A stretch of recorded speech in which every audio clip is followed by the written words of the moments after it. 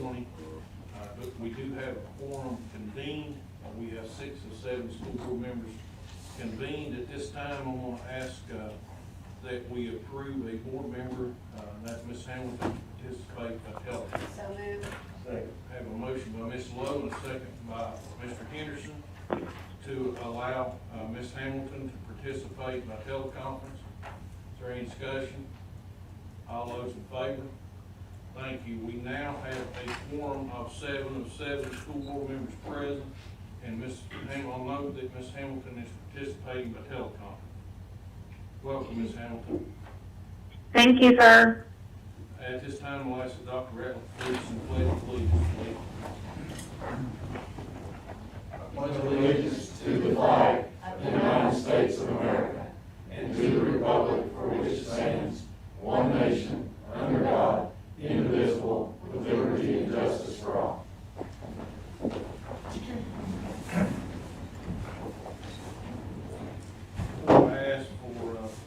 I'd like to welcome those viewing online and welcome you to our meeting this morning. We only actually have one action item on the agenda this morning, and this is a specific meeting, specifically to deal with one issue. So at this time, I'll ask that item 1.05, approval of the meeting agenda. Dr. Rapp. Yes, sir. You've heard the purpose of the meeting, and I recommend that we approve it so we can get this one item addressed. Move we approve the agenda for the meeting. Have a motion by Ms. Lowe, second by Mr. Brooks. We approve the meeting agenda. Any discussion? All those in favor? Aye. Unanimous, thank you. Item 2.01 is public comment. I think we have a couple of individuals signed in to speak. Okay, I have here, I have one individual signed in to speak. No, 2, I'm sorry. Kelly Brenner, by email, you have I guess you have an email for that? I do not have I didn't know that was on here, so. I do not have an email. I mean, anyone's certainly welcome to email us, but, I mean, we will not, I didn't even bring a laptop, so we won't even be able to view that till after the meeting. Second individual is Jason Hess. Come on. Yes, do you mind staying on the podium?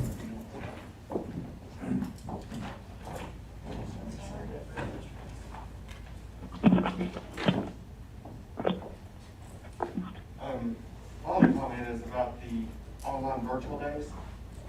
The reason I showed up is we got a letter from Abingdon Elementary saying that the days, like my kids will go Monday, Tuesday, and Thursday, Friday, they have to be available either online or via phone call. As working parents, we are not available to do this. We're right now struggling to try to find childcare for what we're going to do those days. So we're not even sure where our kids want to be on the days that they don't go to school. They'll long have time to do the work during the school hours and be available for a phone call or online meeting with the teachers during the school hours. Because I work till 5, my wife don't get home till 8. My kids don't get home till 8 for my wife, because right now they're currently an hour away from us at a different childcare. So that's, the teachers in the schools need to work with us. Something different, like maybe have your homework normal, and then have till that Monday when they go back to school to have it finished. That way we have the weekends and the evenings to get this stuff done. Thank you, appreciate it. Is there anyone else in the audience that did not sign in and would like to speak? Thank you. Item 3.01, re-opening your schools, Dr. Ratliff. Yes, sir. First of all, I want to thank you all. I know that you all have busy lives and schedules and work schedules to make adjustments. So I want to thank our board leadership for being here. They had a lot going on, and they're forced you to rearrange. We did in the last meeting with that things were subject to change or recommended change, and I know that you're aware of that. It still makes it very hard for you, so thank you. I want to start by just making a couple of quick comments, not to rehash our reopening plans.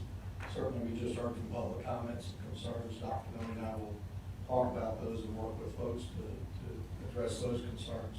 At this time, I do want to start the meeting with saying that the plan is to reopen in a hybrid manner and using the co-work manner in which we've developed. So at this time, the plan is to reopen in a hybrid manner using the co-work model that we've developed. We've had some information that we've discussed with various officials over the last 2 days that have suggested that we need to have additional monitoring, or additional monitoring and consideration may be needed.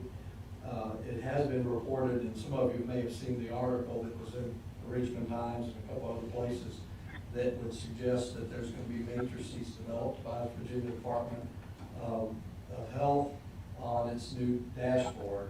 That information has not been provided. This is more of a timing issue for us. As you know, our board meeting is scheduled for, our regular board meeting is scheduled for Monday night on August 3. We have another one scheduled for August 17. Our original start date had been set for August 10, with teachers being in our buildings and other colleagues on August 3rd. There is, while it has been reported that some of the matrices, again, are going to be developed to help schools reopen and continue making prioritized and informed decisions about schools going forward. In the conversations we've had the last few days, there continues to be conversations that would suggest what we've said all along, that we will have to evaluate, reevaluate, evaluate all through the year. No one can predict exactly what that's going to look like. However, we know that with the uncertainties that we have, that we are going to be doing that. And so part of the discussion that has transpired over the last couple of days is the formation of those matrices using the current metrics and continuing to look at those metrics from the Virginia Department of Health perspective to help us make decisions going forward. And some of those decisions may not just be suited or related to the opening of schools. It'll be to closing, reopening, etc., as we know. Just want to make that clear. So while we anticipate updated information as early as next week, we do know that our current trend data is increasing, and that we do have issues of monitoring our current trend data here in Washington County and in our entire region. You heard the governor speak to that yesterday about that will continue to be monitored in Southwest Virginia. What that means on behalf of the state officials, particularly the governor's office and the Virginia Department of Health, I am in no place to make comment. I can only say what you heard yesterday in that regard. But we do anticipate updated information next week. Additionally, the Virginia Department of Labor and Industry's final version just came out on Monday afternoon, and you heard a little bit of an update on that at the last meeting. And Dr. Brandon works in that capacity.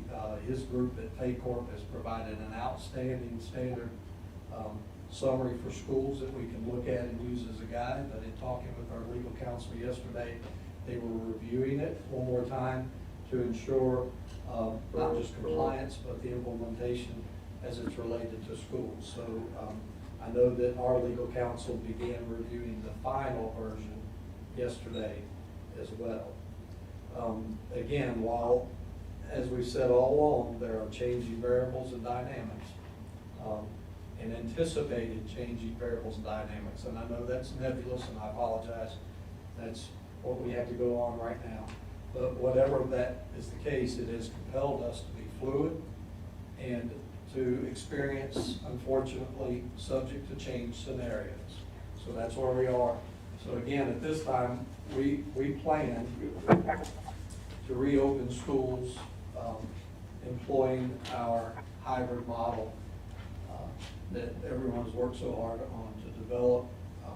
As we said repeatedly, we know it's not perfect. You even heard this morning of some issues and concerns about that, and we'll continue to address those and learn as we go how to navigate those. But however, we do recommend the new reopening of schools based on the information that I've just given you to be August 24. So the start date would, and on this recommendation, would be August 24 as opposed to August 10. With this recommendation, if you don't mind, with this recommendation, and should you accept, I also recommend that we change the beginning of the teacher work schedule from August 3 to August 13, meaning that our teachers would report on August 13 as opposed to August 3. Part of that would be with the change in the opening of schools, would give us ample continued opportunities to prepare, to connect, work with the families, address some of the issues, and to prepare for the opening of school with them. And also, as we know, there could be changes in and out of school. We don't know how that's going to work, so we need to be fully prepared for our online instruction component, as we have already said it in our hybrid model, and in possible situations where it would have to be more extensive at certain times. So we've discussed this all along, so that's no new change. The only change today is that I'm recommending that we open schools on, based on the information and the anticipated information that we would receive, to open schools on August 24th. That's it.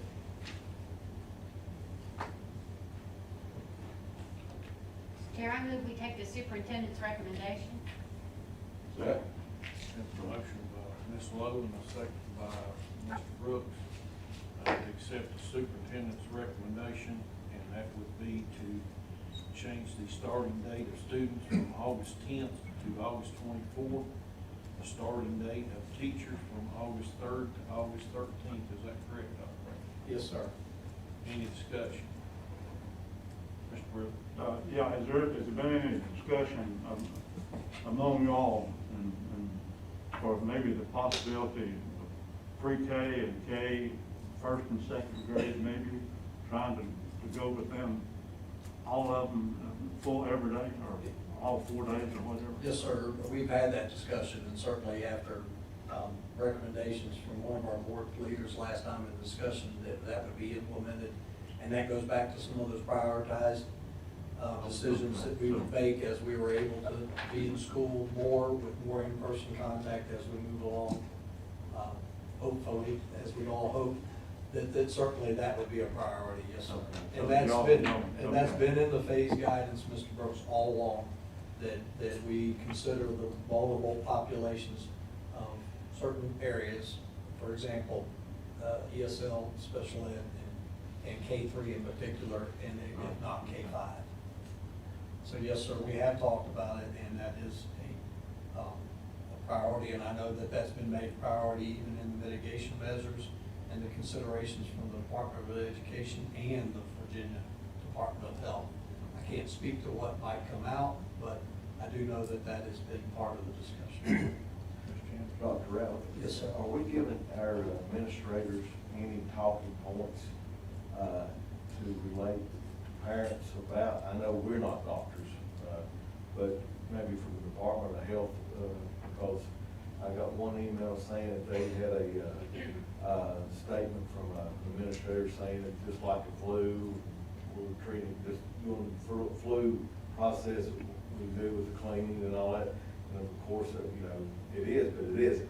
Right. And the other thing too, I feel like we probably need to get, like I said, with those talking points, make sure that it's communicated the same way to all of our administrators, so we don't have one saying one thing, one saying the other, and Yes. keep it all. Okay.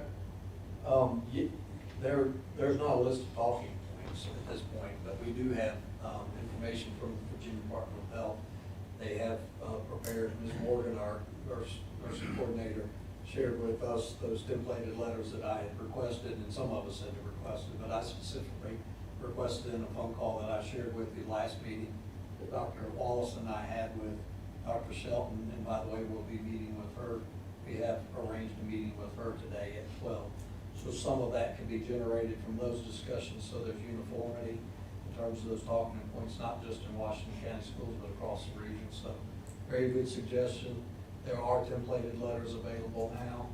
So any type of information that's coming out, and I'll revisit the other piece that you talked about in just a minute, consistency, but the templated letters would allow for consistent communication for when we have occurrences, if this, then this, those kind of things. So those will happen at the division level, and that will pare down to the school level, so it's consistent communication. Right. As far as the mitigation measures and things like that that have been delivered, we do have signage and information that's out that we have received from the CDC and Virginia Department of Health. I get all my V's messed up with Virginia Department of Health, to parlay that or to give that, disseminate that in a consistent manner to parents in the school community. But we will talk with Dr. Shelton about what those would be. I hear what you're saying about the flu. This is different than the flu, but there are general guidelines that the Virginia Department of Health continues to share, and the CDC, that are similar to how it is that you would handle, because the difference being that there could be some modifications to the face covering requirement. We've already talked about that some. I don't know if those restrictions will change. We're hearing and anticipate that there may be a greater emphasis on face coverings and face masks. So that's different than what we would have from the flu. And so I get your example. But some of those are similar in that the frequency of washing hands, not sending children to school sick, or adults coming to school sick with their symptomatic and those kind of things. But point well taken, and we'll make sure that that's consistent across the board. Thank you, sir. Thank you. In this scenario, obviously teachers will report on 8-3, there were 5 work days before the start of the school year. And now with this proposed recommendation, there's 7, which I completely understand. There, you know, if we're talking about Schoology, or we're talking about going from Google Classroom and preparing things virtually and preparing things online, I can understand that. Do we have to restrict it to that date? I mean, there's probably, depending on what the principal wants to do, you know, at the building level to get teachers in and train them. That's the biggest animosity I hear from people is getting the proper training to be able to use the online, you know, capabilities that the platform that we have in place.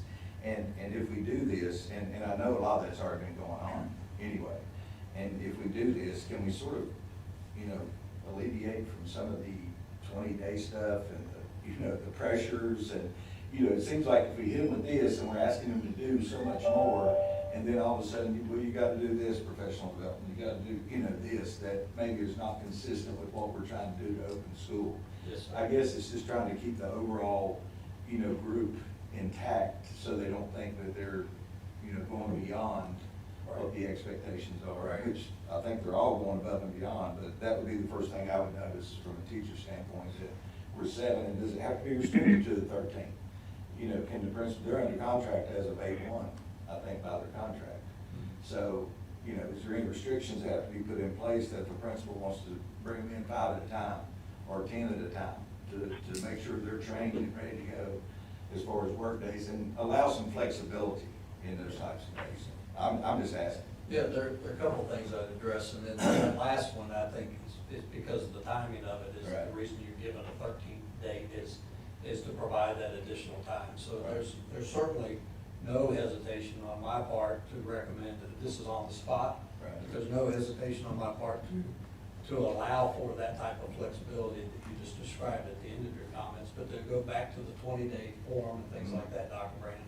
We have already made arrangements. We've actually had discussions with our WCA president about this. It's been a concern, and we continue to try to reassure everyone that we're going to have to work differently in that regard. So we can't go back to the old model of saying that you got to work this day, you got to check this box and check that box. For us to do that is maddening, and it's not even reasonable to expect our teachers and our other staff members to adapt to that. So what we're trying to do is to make sure that everybody it's clear that we're not holding those restrictions over them. in regards to, we're gonna check those boxes on a regular basis. I've made that communication clear. Dr. Noe has, in recent communication, made that clear, and we'll continue to make sure that everybody's aware that those kind of restrictions will not be albatrosses and looming over our staff. So thank you for bringing that up, and we'll make sure we communicate that better. And there may be other ways. We've tried to communicate that verbally as well as in written text to principals. Of course, they are the mouthpiece to staff. And so I will check and ensure that that is understood well. I agree also with you that there should be and can be a lot of need. Some buildings already have activities scheduled to provide flexibility for staff in order to complete those days. It might be, there needs to be a set day. Right. But within the buildings, there can be some flexibility, especially on the 13th and 14th days, as to if they have something scheduled already on a day or two prior to come in and take care of that. There's no problem with that, like Dr. Ock said. That 20-day work form is, they're gonna work those days plus a whole lot more. So we're not necessarily worried about that. We've communicated that since March at least, even for the coming years. We sure have, and we've tried to do that, and I see Ms. McLaughlin shaking her head. We've had those continued discussions. So specific to the 13th and 14th, that I would say to the board, kind of on the spot, not that we're on the spot, put on the spot, but because this would be new if you were to accept the recommendation to open on the 24th and consider that those start work days. I do think, Dr. Brandon, that the 17th, you know, those 5 days, you know, we need to kind of be there because everything is live. We may be meeting with parents individually, we may be talking with them. So the 17th through the 21st, if this were to be accepted and we move forward here momentarily, then I think those days need to stay in place. But certainly, we can communicate that. If the board has no issue with that, Dr. Noe and I will work today. We just wanted to give you a date, but we feel like that we need to have some extra time that week prior to give them some flexibility. So the notion of what you described, I'll give an example. I know that was just one example of having groups come in. As long as we get that time in there, I think we can work. That does come with the understanding though that on teaching staff, you know, communication and maybe in reply to questions or comments that that is accepted, appreciated by the board if that's what you wish. And that one building may be different than another, which sometimes is a comment in what those days are and what they look like. I don't mind flexibility as long as there's equity and consistency. If not, you've got one building that's letting only work one day and other buildings are expected to be there on particular days or be there for a certain time. As long as there's that same expectation of every group of staff in the county, I just, you know, you guys know how I feel about this. I understand that. What I might recommend, and this is suitable, then I don't know that this will be a reasonable solution to, not necessarily a problem, but to a recommendation and to a need, to address the need of additional preparation. You know, as already been mentioned, like the Schoology and the other things that we need to prepare for. What if we make it for that week prior to the 17th? That we make that an issue where there's an expectation that there'd be a comparable amount of work time and preparation, and that you can work that out in your buildings to do so to make it equitable. Well, I think it goes back to what Dr. Brandon's saying. Maybe they want to bring half the staff in on Monday and Wednesday, and the other half in on Thursday, Tuesday and Thursday, as long as everyone's basically working 2 days within that work week. Just, yeah. I mean, it has been suggested, and I know there's a point of animosity at some point, and that's understandable with everything that's going on. But the whole issue is to bring about opportunity to prepare, even better prepare. I think administrators and staff would appreciate having that flexibility, like with equity, the flexibility within that time frame and that week prior. And we'll work today to communicate that if that's what the board is acceptable, if you're acceptable with that.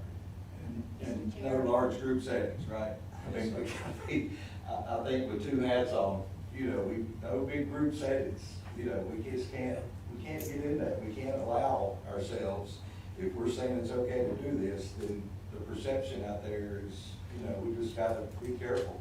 Yes, sir. Yeah, Dr. Brady, you're. Because if there's litigation, we're the first ones that's named, so. Mr. Chair, would you like for me to amend my motion to, August tenth with flexibility during that week, for there to be at least 2 work days that week? The board suits up. I know you're looking at me, you're asking the board chair. When you looked at me, I was sorry. And I was taking your recommendation, is why we're all looking at you on the first part, so. I shall be silent until you talk with the board chair. No, is that, are you okay? I am absolutely okay with that. We'll make that work, and I Mr. think. Brooks, you seconded the motion, were you okay? Right, absolutely. So, Can I ask one other thing? Are we going to amend it as well as with the last time, saying that something as of today, this is going to be our plan, but if something happens tomorrow? yeah, you're right. Yeah. We didn't do that when we did that one? That's as of today. Today. As of June 29, 9:30. Ms. Hamilton, we haven't forgot about you. Thank you. I was just going to say, so it's hard for me to get everybody's words because it's super echoey on my end. So I think this is what I picked up, that we're moving the start date back to August 24th, which I'm in full support of, to give teachers, administration more time to organize and even get more training and support to be prepared to do distance learning and things of that nature. I missed some other parts to that, the details of it, but I can follow up later. Is that right? Yes, that is correct. The start Okay. date for students would be moved from August 10th to August 14th, August 24th, August 24th. Okay, And the teacher start time would be, we'll just say at this time, delayed a week with some flexibility at the building level in that week of the 10th through the 14th. okay, Does that make sense? great. Okay. Yes, absolutely. All right. And I also just want to echo to the consistent communication part of getting everybody on the same page, because feedback that I'm getting is that different administrators have different answers to things sometimes. And so, and that might be building level, but in terms of parameters and things that we are having to enforce, like social distancing and masks and things like that, we just want to make sure that we're consistent across the board in communicating those things. That's it. All right, well, I know you got something going on, and a lot of other folks do, and I'm gonna ask for, I have a motion by Ms. Lowe and a second by Mr. Brooks to accept the superintendent's recommendation to move the start date of students from August 10 to August 24, and move the teacher's start date from August 3rd to the week of August 10th with some flexibility at the building levels during that week, but they would be expected to work equivalent of 2 days. Is that correct? Correct. I have any further discussion? All those in favor of the motion? Ms. Aye. Hamilton, okay. Aye. It's unanimous, thank you. And that's the only action item we have on the agenda. At this time, I'll ask for a motion to adjourn. Second. Have a motion by Mr. Henderson, a second by Mr. Brooks, if we adjourn. All those in favor? Aye. Unanimous. Thank you, Ms. Hamilton. Travel safe. Thank you. Thank you. Bye, y'all. Well, good. They should go to